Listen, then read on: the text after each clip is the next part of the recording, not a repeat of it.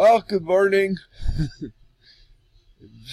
Kind of spent from yesterday's reading of letters, but unfortunately I think I have to do one more video just to impress the fact that you don't fight Satan with these issues. You just let God control, because you go nowhere.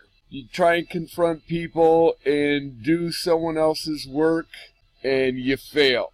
And this is a letter that I wrote Patty, my brother's wife, about dealing with things, and they will never come back and confront the truth, because they don't believe in God, they don't believe in the higher power, and all you're doing is swinging at air. So let me read this, and then another letter to Mickey, and again, people can just turn this off, because this isn't funny, this is just padding information to let God handle the justice, especially with emotional, personal stuff. If they're not believers, you're not going to win. Guaranteed. So, as the letter reads, Patty, as you well know, it has been almost 5 years since Miles was confronted regarding the physical sexual abuse I was subjected to in childhood. Since then, the Staskels have maintained that I remain an alcoholic, drug addict, perpetual liar, etc., etc. Recently, you have been informed of my marriage last year to Mickey, among other brief updates. Obviously, you remain in your strong defense of Miles.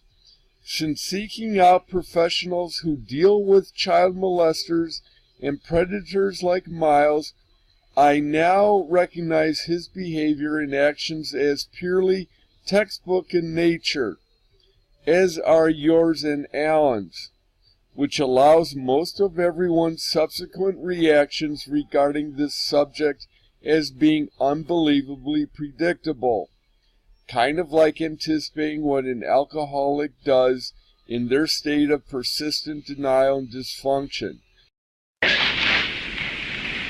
The name's Francis Sawyer. But everybody calls me Psycho. Any of you guys call me Francis, and I'll kill you. You just made the list, buddy. And I don't like nobody touching my stuff. So just keep your meat hooks off. If I catch any of you guys in my stuff, I'll kill you. Also, I don't like nobody touching me. Now, any of you homos touch me, and I'll kill you. Lighten up, Francis. Everyone's textbook in this case. So, they don't believe in God, they don't believe culpability. You're never going to treat them like a brother, as a fellow believer, and to get them to deal with their situation. God has to take care of it. I don't listen to God back then. And all this does is create more angst, more, for them to react more and dig deeper as they start destroying your life any way they can.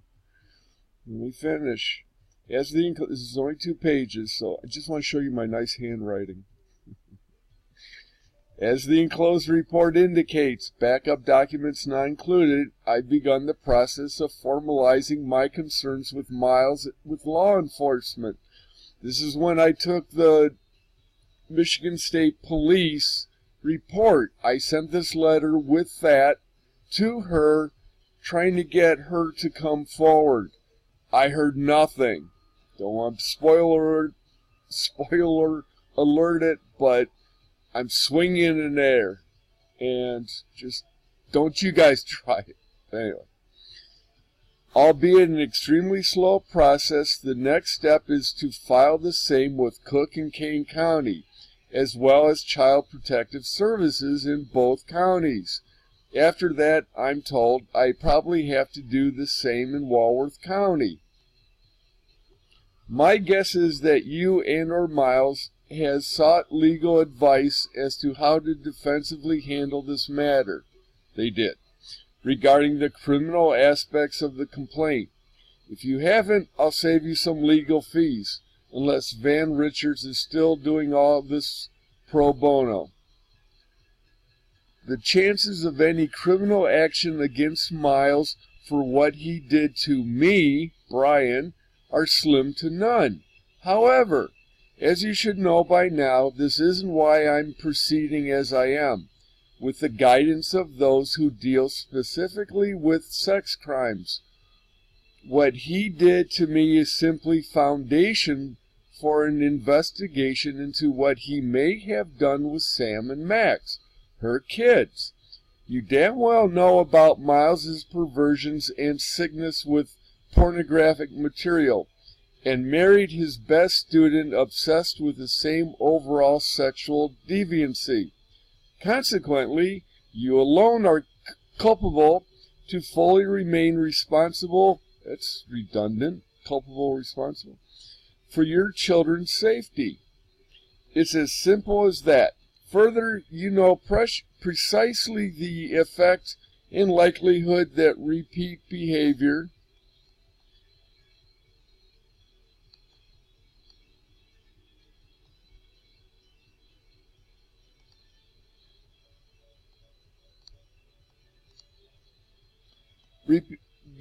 will follow by inherent sexual perversions under the same premise.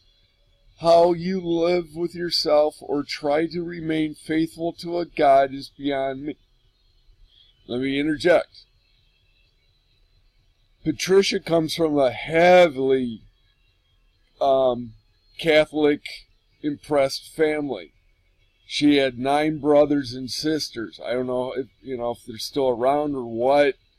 Her father, and I say it later on, I already read this, and I got kind of pushed at the staff meeting to just read this, and if 2 people look at it, I'll be surprised. Nonetheless, it's just going to be out there.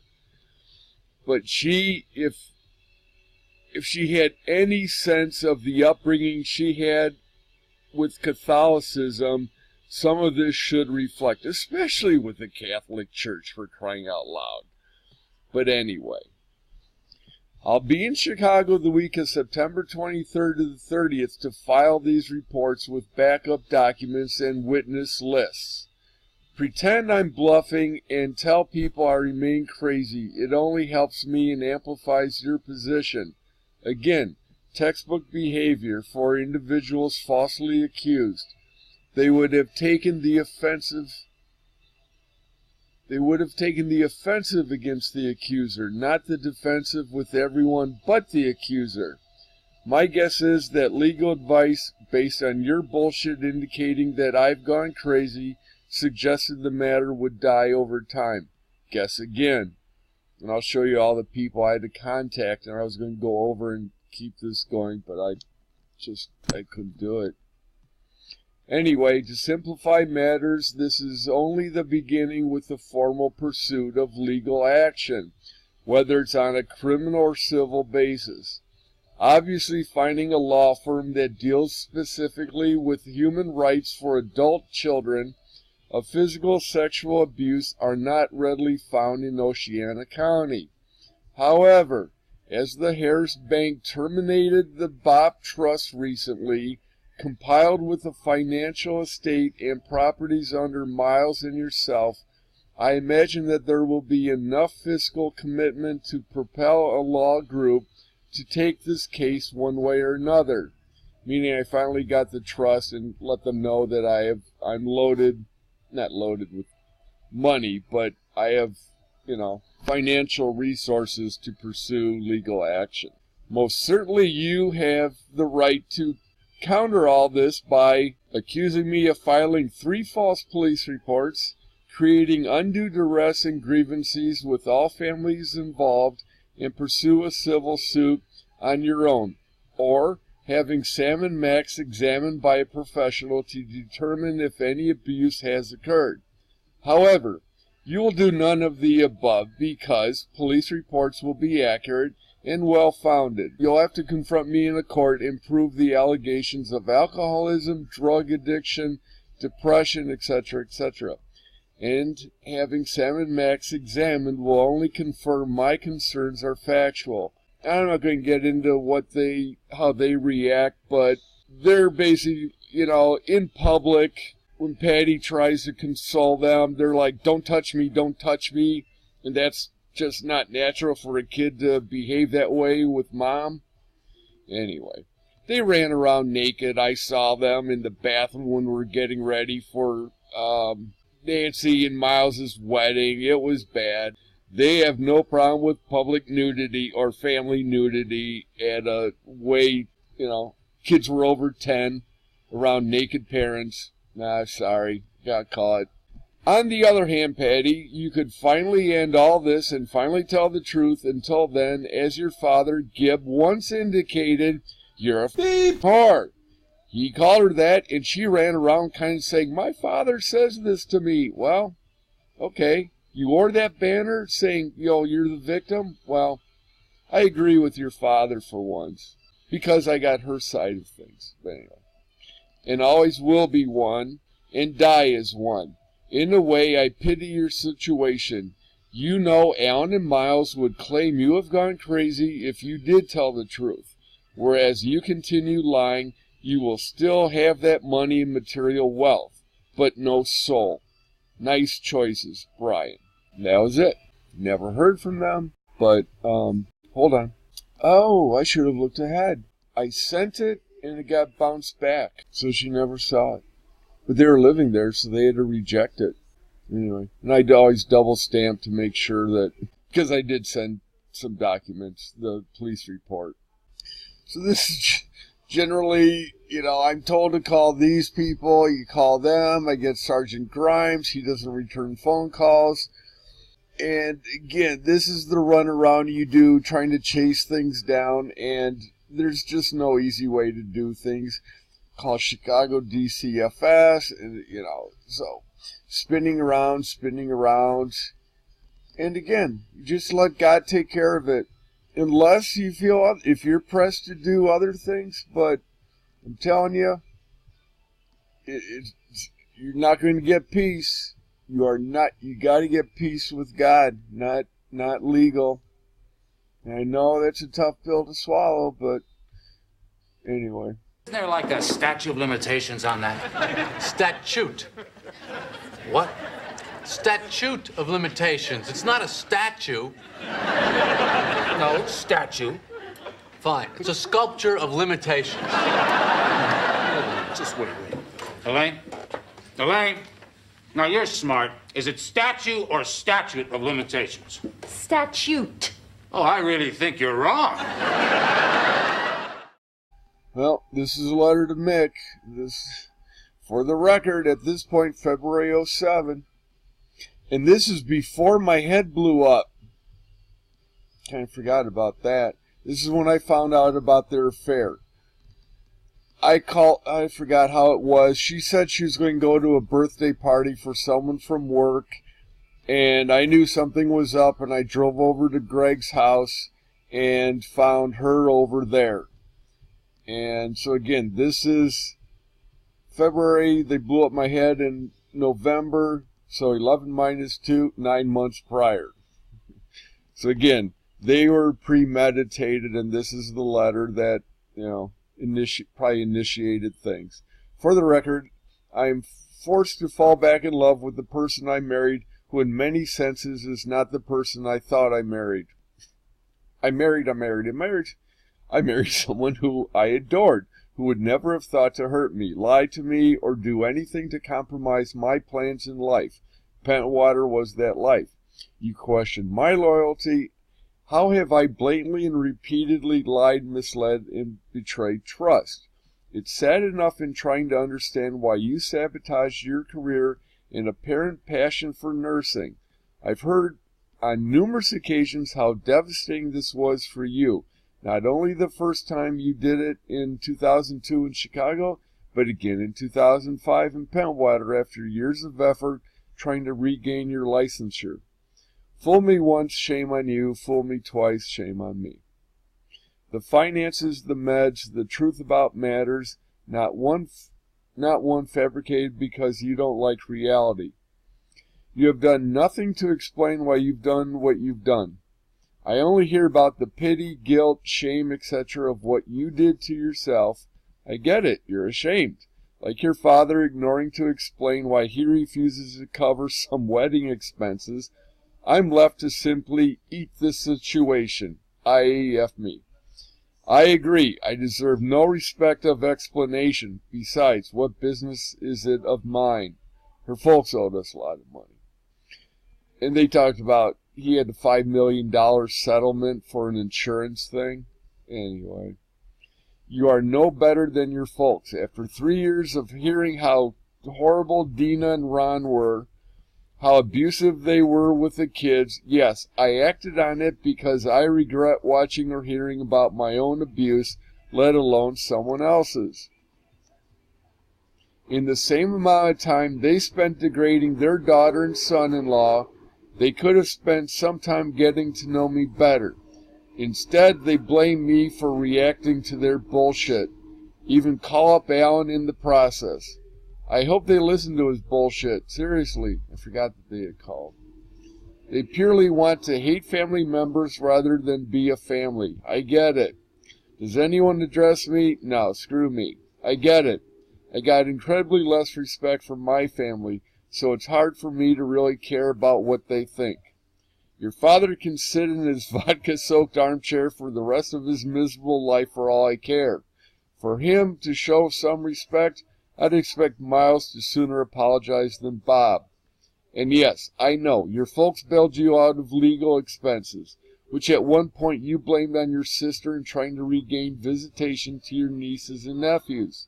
You literally said you paid attorney's fees to help your folks, then I find out it was to pay for a car you wrecked and a lawyer fees to clear that matter up. Oh, I forgot about that.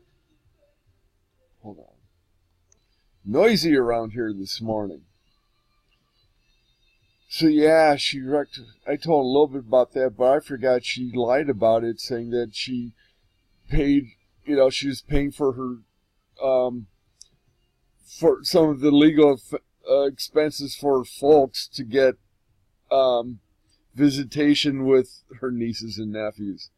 It's just people living lies. It's unreal. Another lie to cover up any accountability in the matter you caused, blaming others in the process.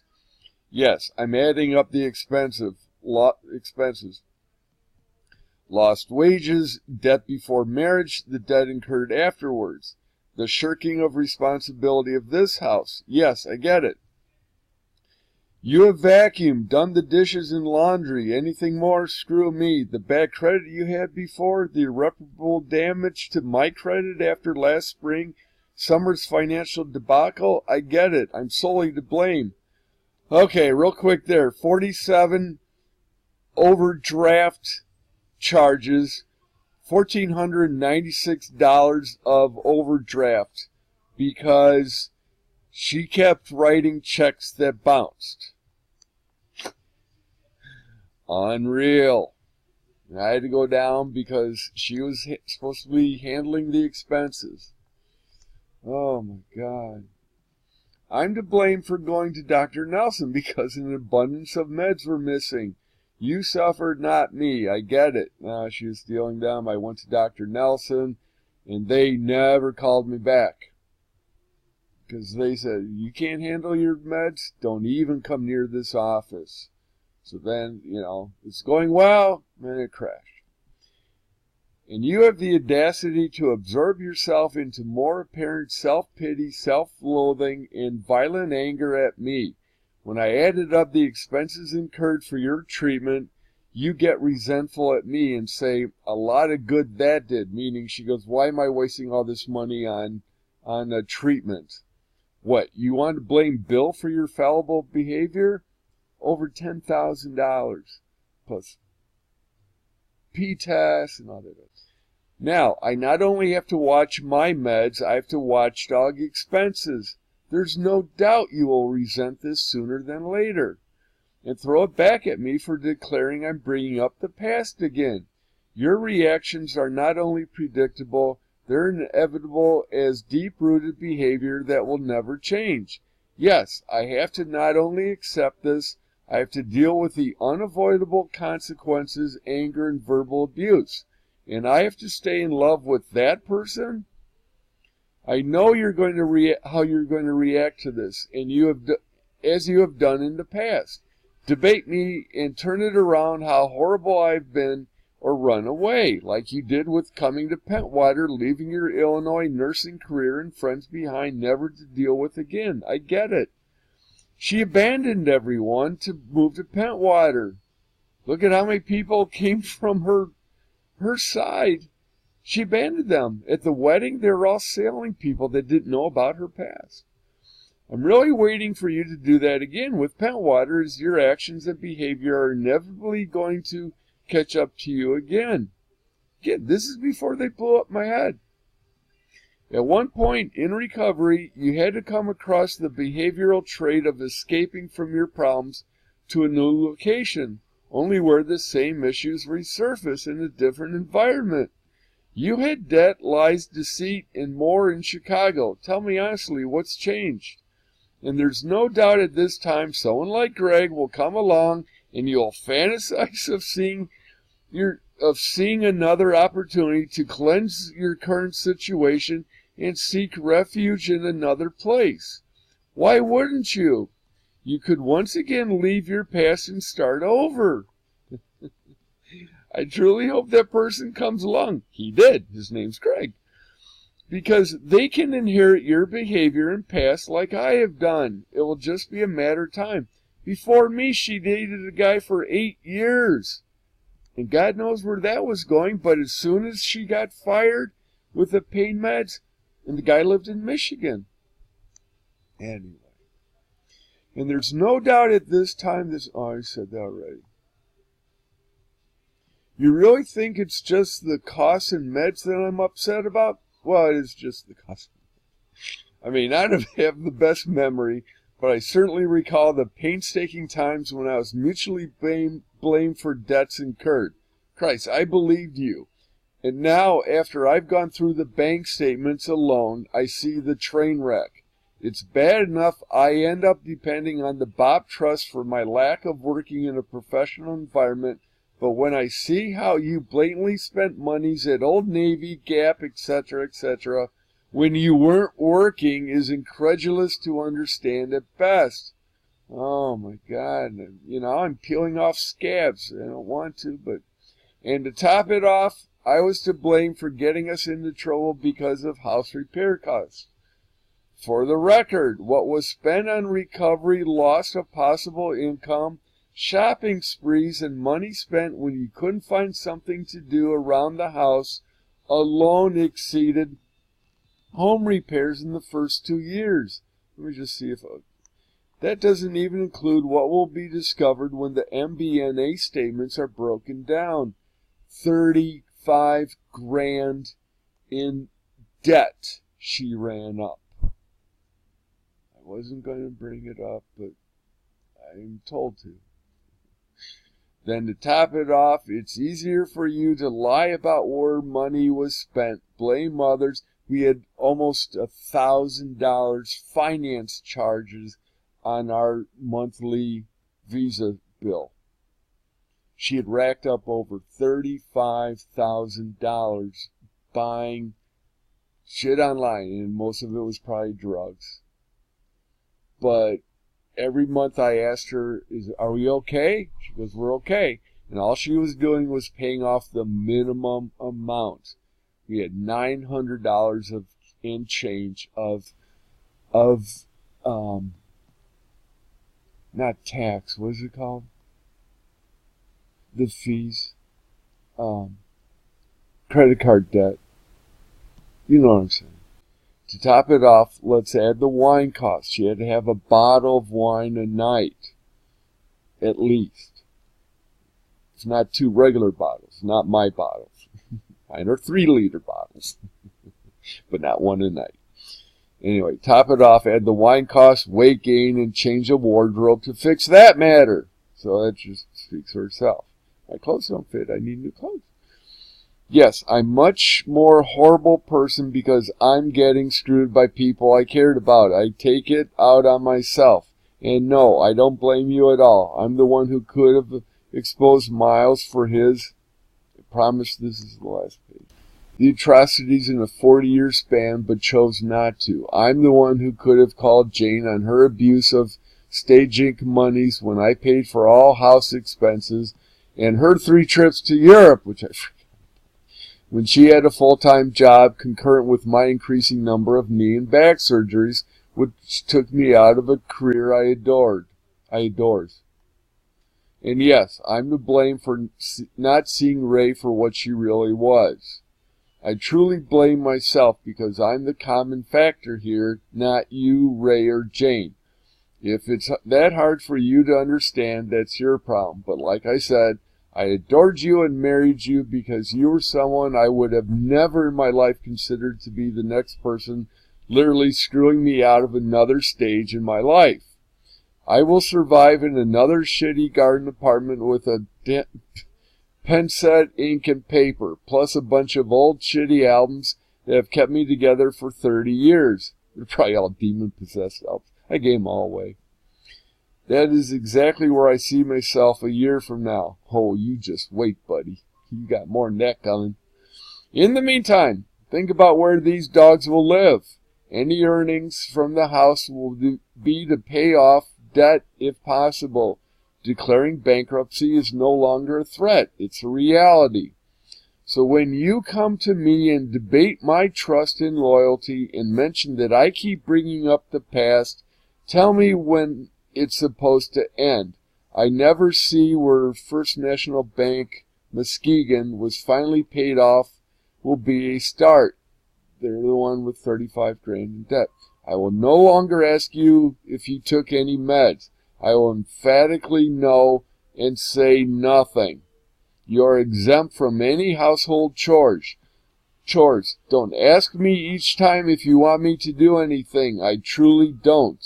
At this point, if I thought you could do anything, I would have recognized it. The house and MBNA debt is in my name, not yours.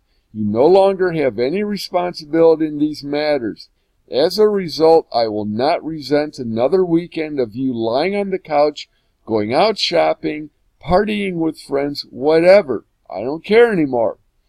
Pentwater was my vision, and I decided to include you, not the other way around. Please let that sink in for the rest of your life. Remind me again what I've done to compromise this on a consistent basis, and tell me how terrible I am in that discussion. You really do sound like Jane and Ray once I called them on what they had done to respective relationships. I get it. I'm a horrible person. Miles, Alan, Patty, Jane, and Ray all think so too. Please, go join them in that celebration. For now, I'm trying desperately to stay in love with the person I married and adored. Sorry if this sounds as pathetic as it really is. Then I had to spell check appendages at some point. But that was it. And I'm too exhausted to really expand anymore on that.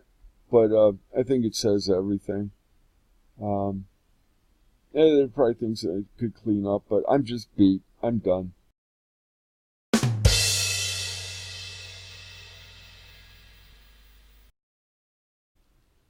I'm going to come back all cheery and with funny stories.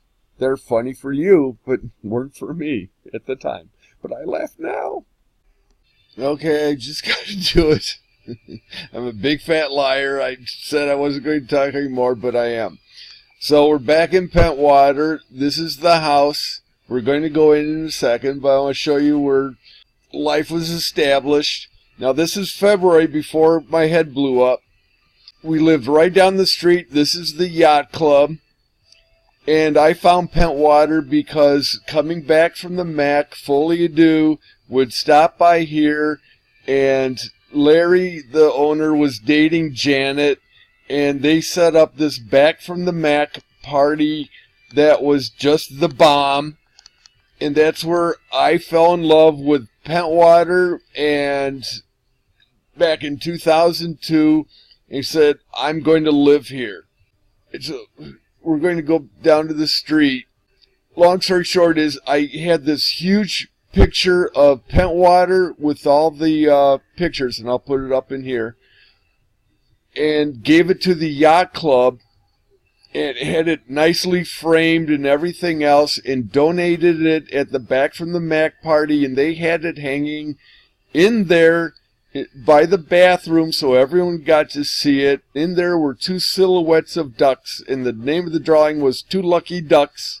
It was pretty cool, but everyone knew that I had done it. It was like, oh, you're the guy that did the drawings? And yeah, and we'll show you what the drawing was. But it was huge, it was cool, and it felt like a rock star. I mean, we felt like rock stars here, because every year thereafter, when I had the house, people would come to the party, or all the boats would show up, 30, 40, 50 boats. People would come down, take showers, go back to the party. So we had the big party there back from Mac, and then we took it back to our house afterwards. And we went nuts, and we had a great time, and that was cool. But then things started to fall apart, and then her and Greg started hooking up, and other people knew about it way before this February thing, but I caught them then. And then when I realized all this debt, I had to go figure out how to, figure out this $35,000 debt. I had to find a job because we had a debacle with the art show in Chicago with the Stage Inc. stuff. That fell apart. So then I put out the resumes and ended up getting that job with Terracon.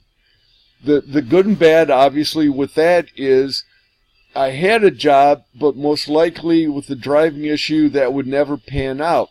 But God put that through because my salary on Social Security disability was based on that salary, which was way more than my prior that I was making at CTL. So, again, God slid that job in to get me reestablished, but I got taken out just as fast as I got in. And we'll do a quick thing down the street because it's kind of neat. Okay, there's the yacht club. Got steamrolled. Oh, gosh. So now we're heading up to the house from the yacht club. And eventually we get on the road. Oh, you've got to be kidding me. There's not street level? Well, there's the house. Oh, they don't have street level? Hold on. Oh, well. So that's the house. You've seen a picture of the front. All this was added on. I re-shingled this, and you can see that all the shingles kind of wander off to one direction. But this was the add-on that I put over the old 2-car garage. Redid the back porch, put up new fencing, and then we had a detached 4-car garage. And the deal here was, the game plan was to we put all the refuge from in here, as I gutted in here, put all the refuge in there. Was going to bulldoze all this, build another little place for summer rentals, was the long-term plan, or the office annex if the poster print thing came through. Then this was the backyard for the 3 knuckleheads. Sky, I always say Typo Sky, but Typo first dog, and Sky and Piper. And Casey was Mickey's dog.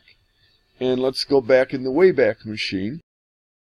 No, the Wayback Machine is all blurry and stuff, so no need to throw that in. But this is from 2015. But the people that bought it were the realtor's daughter. And that's a whole nother thing I'm just too exhausted to get into. But bottom line is, after had the sheriff not condemned, I got locked out. After the place got emptied, and when I got locked up, I'm just too tired to do it now. But there's a story that's got to be said. But here's where Mick's folks stayed. They, $500 a week for Thanksgiving. And I guess I was running back and forth here and stuff. That I have little bits and pieces, but it's not worth just adding more confusion. But so that's just kind of the profile. But we had this L-shaped property, It was so cool. Right downtown. We had people coming up during the party. We just said, come on in, take a shower. We got lots of towels. Go upstairs, downstairs. Had beverages for everyone on the front porch. It was neat. And then the next morning, I cooked everyone breakfast and sent them on their way to, as they took off back to Chicago. It was neat. Okay, I'm just too beat. Bye.